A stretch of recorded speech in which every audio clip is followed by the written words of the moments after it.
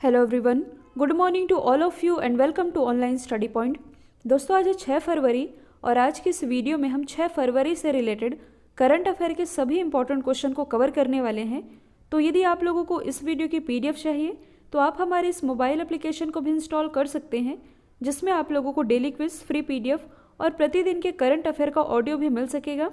इसके अलावा यदि आप एनटीपीसी और ग्रुप डी की तैयारी कर रहे हैं तो आप हमारे इस स्पेशल चैनल से जुड़ सकते हैं, जिसका नाम है माई एग्ज़ाम। इसकी लिंक डिस्क्रिप्शन बॉक्स में दी हुई है। और आप लोगों को चैनल से रिलेटेड जितने भी इंपॉर्टेंट वीडियो है, यदि इसकी पीडीएफ चाहिए तो आप हमारे टेलीग्राम चैनल से भी जुड़ सकते हैं।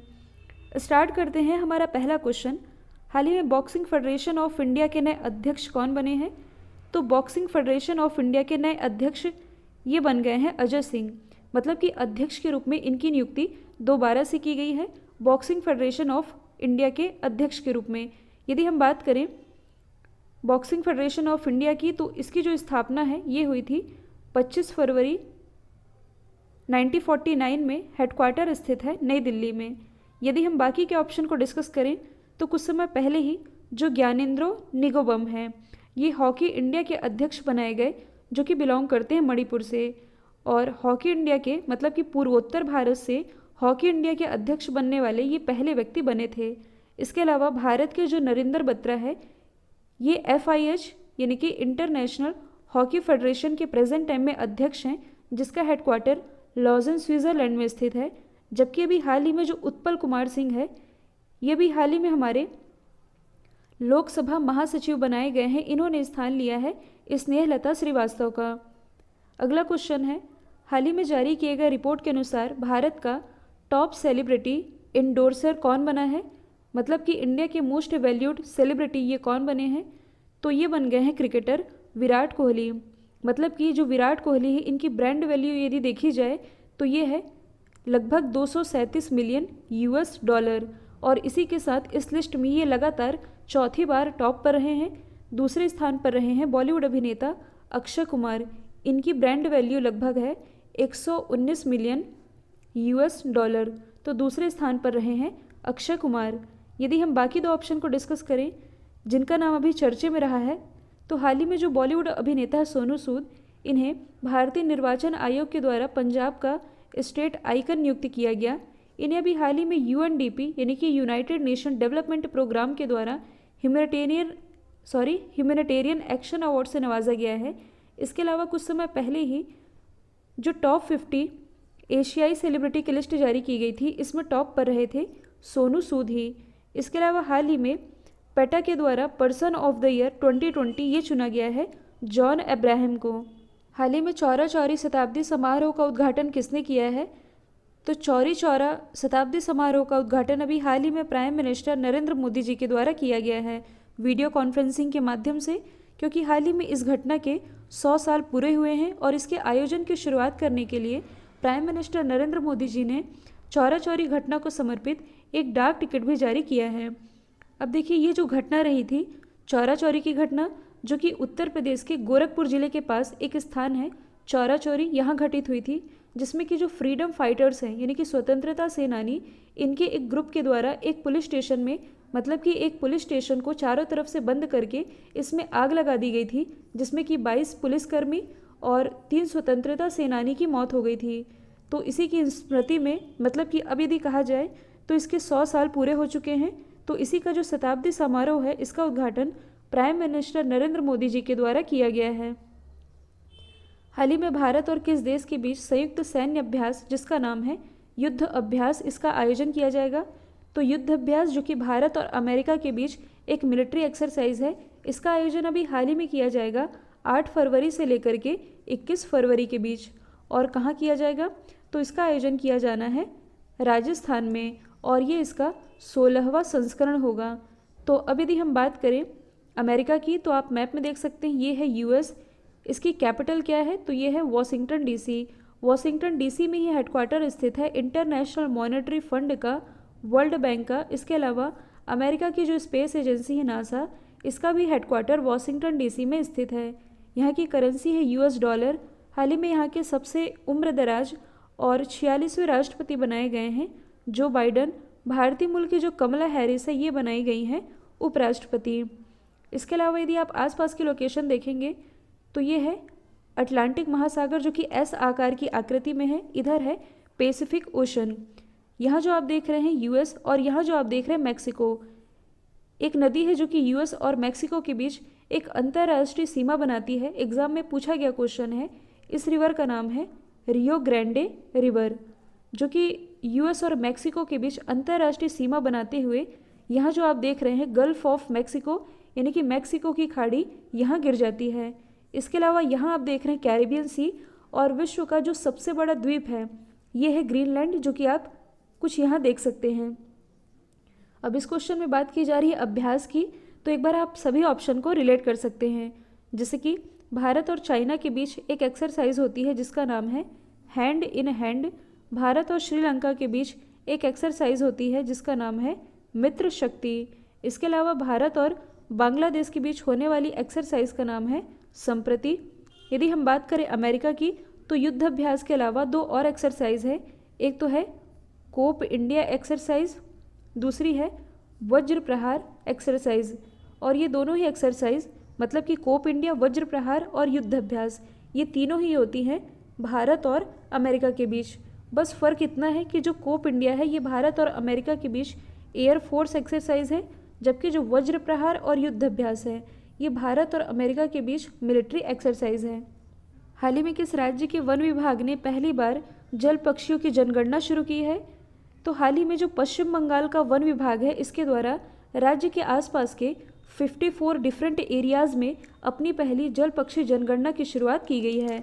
मतलब कि इसका राइट आंसर हो जाएगा ए। यदि हम बात करें पश्चिम बंगाल की तो आप देख सकते हैं ये है पश्चिम बंगाल, इसकी राजधानी है कोलकाता। कोलकाता ये किस नदी के किनारे बसा हुआ है? हुगली नदी के किनारे, और इसी हुगली नदी पर प्रसिद्ध हावड़ा ब्रिज भी बनाया गया है। इसी हुगली नदी पर अभी हाल ही में बोट लाइब्रेरी यानी कि नाव लाइब्रेरी की भी शुरुआत की गई है। मुख्यमंत्री है ममता बनर्जी, राज्यपाल है Jagdeep Dhankhar. Important national park की यदि बात की जाए तो सुंदरवन, गोरुमारा, बक्सा और जल्दापारा वन्य जीव अभ्यारण्य ये सभी स्थित है पश्चिम बंगाल में। और दुनिया का जो सबसे बड़ा डेल्टा है जिसका नाम है सुंदरवन डेल्टा, ये भी पश्चिम बंगाल में ही स्थित है, जो कि गंगा और ब्रह्मपुत्र नदियाँ बनाती हैं।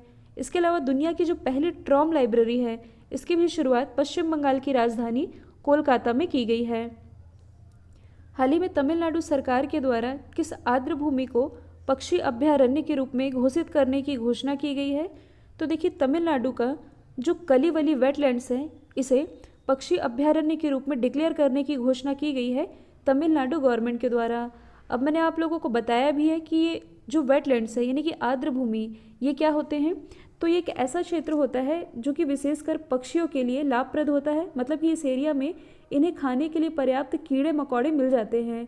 मतलब कि ये जैव विविधता की दृष्टि से इम्पॉर्टेंट होता है, और इसी के लिए इन्हें संरक्षित करने के लिए 1971 में ईरान का एक शहर है जिसका नाम है रामसर, यहाँ एक कन्वेंशन भी हुआ था जिसे हम रामसर कन्वेंशन के नाम से जानते हैं। और यदि आप करंट से रिलेट करेंगे तो यदि देखा जाए तो भारत में कुल 42 ऐसे क्षेत्र हैं जिन्हें कि आर्द्र भूमि के रूप में डिक्लेयर किया गया है। हाल ही में जो भारत का 42वां रामसर स्थल बना है ये बना है सोकार, यानी कि ये 42वां आर्द्र भूमि है सोकार, जो कि स्थित है लद्दाख में। दिसंबर 2020 में नीति आयोग के द्वारा जारी किए गए आकांक्षी जिलों में किसने टॉप किया है? तो देखिए नीति आयोग के द्वारा दिसंबर 2020 की ये जो रिपोर्ट रिलीज़ की गई है आकांक्षी जिलों की लिस्ट, इसमें टॉप किया है श्रावस्ती ने। अच्छा, ये जो आकांक्षी जिलों की लिस्ट जारी की जाती है ये किस आधार पर तय की जाती है? तो देखिए इसके कुल 4 पैरामीटर होते हैं। मतलब कि पहला तो ये है कि बुनियादी ढांचा, मतलब कि बेसिक इंफ्रास्ट्रक्चर। दूसरा है कि उस ज़िले में जल संसाधन यानी कि वाटर रिसोर्सेज की क्या व्यवस्था है। तीसरा है स्वास्थ्य का स्तर, और चौथा है वित्तीय समावेशन यानी कि फाइनेंशियल इंक्लूजन। इन 4 पैरामीटर के आधार पर आकांक्षी जिलों की लिस्ट जारी की जाती है नीति आयोग के द्वारा, जिसमें टॉप पर रहा है श्रावस्ती। तो सबसे पहले यदि हम बात करें नीति आयोग की, जो कि योजना आयोग के स्थान पर 2015 में लाया गया था, इसके अध्यक्ष होते हैं भारत के प्राइम मिनिस्टर यानी कि नरेंद्र मोदी जी हैं। इसके अध्यक्ष उपाध्यक्ष है राजीव कुमार, और इसके जो सीईओ है इनका नाम है अमिताभ कांत। इसके अलावा नीति आयोग के द्वारा कुछ और भी इंडेक्स रिलीज़ किए जाते हैं, जैसे कि school education quality index, health index, इन दोनों में ही टॉप पर रहा था केरल। इसके अलावा नीति आयोग के द्वारा भी हाल ही में इंडिया इनोवेशन इंडेक्स भी रिलीज़ किया गया था, जिसमें टॉप पर रहा था कर्नाटक। अब यदि हम बात करें श्रावस्ती की, तो देखिए उत्तर प्रदेश के पास ये है श्रावस्ती, और ये जो आप देख रहे हैं नेपाल, तो आप कह सकते हैं कि नेपाल और उत्तर प्रदेश की सीमा से लगा हुआ है श्रावस्ती, जिसने कि अभी हाल ही में नीति आयोग के द्वारा जारी किए गए आकांक्षी जिलों के लिस्ट में टॉप किया है। हाल ही में किस मंत्रालय ने आसियान इंडिया हैकथॉन 2021 का शुभारंभ किया है? तो आसियान इंडिया हैकथॉन 2021 का शुभारंभ अभी हाल ही में शिक्षा मंत्रालय के द्वारा किया गया है, और ये वर्चुअली आयोजित हो रहा है, मतलब कि 1 से 3 फरवरी तक इसका आयोजन किया गया था। और देखिए ये जो आसियान इंडिया हैकथॉन है, ये प्राइम मिनिस्टर नरेंद्र मोदी जी की ही पहल है, और इसे शिक्षा मंत्रालय के द्वारा शुरू किया गया है। और ये जो हैकथॉन है, ये साइंस एंड टेक्नोलॉजी यानी कि विज्ञान और प्रौद्योगिकी, इसके अलावा शिक्षा में सहयोग के माध्यम से भारत और जितनी भी आसियान कंट्रीज़ हैं, अच्छा आसियान कंट्रीज़ कुल कितनी है? कुल 10 कंट्रीज़ हैं।